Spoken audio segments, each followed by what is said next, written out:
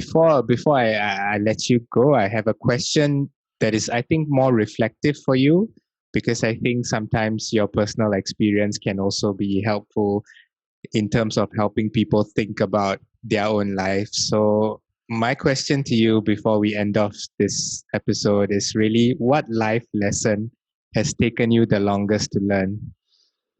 Well, that's a great question. I'm happy to share. Because like Arthur Ashe, I don't need to have a death sentence to realize that in this world, the most important thing we can do is to share with others unconditionally.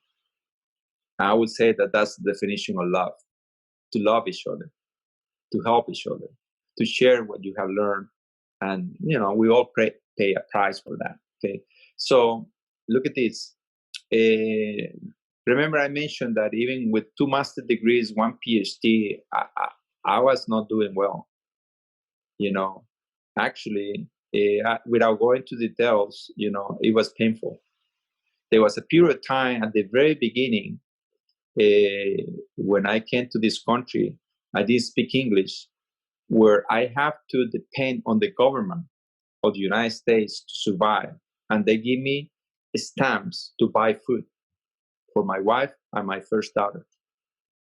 And I was really embarrassed because I was doing really well in Costa Rica to have to depend on the government, to survive. The first job that I did was washing dishes in a cafeteria because I didn't have to speak English. And they paid me $2.10 per hour. It's the lowest wage that you can get, at that time. And then I washed floors. I did all kinds of stuff, and then when I was, working really hard for free at the University of Kansas, I realized I need to apply what I have learned. So I started writing my scripts. And then the script that I wrote was, I want to be recognized as a good sports psychologist in Kansas. I was not recognized even in my hometown, the university hometown. So I say, Kansas to me was big. So I wrote that down, I did the work, and sure enough, things start happening. Now I'm working with players in Kansas, and I say to myself, why did I restrict myself to Kansas? Why not the entire Midwest? I mean, that's a lot of states, and those are big states. Arkansas, Nebraska, all this, Missouri. So I rewrote the script. And then I find myself working with players coming from all these states. And then again, I say, what in the world I restrict myself just to the Midwest? Why not the entire United States? It would be cool to go to New York, to go to San Francisco, So I rewrite the whole United States. And when I realized I'm traveling everywhere in the United States, New York, San Francisco, California, everywhere, places that I've never been before. And then again, I say, this is funny. Knowing how powerful this is, and I restricted myself to the United States. Why not the entire world? So I rewrote it. And then when I realized I'm traveling to Poland, it was the first trip as a sports psychologist. And then I was invited again. And then in the mix of all that, I went to Berlin to meet another sports psychologist. And now I have been in 41 countries.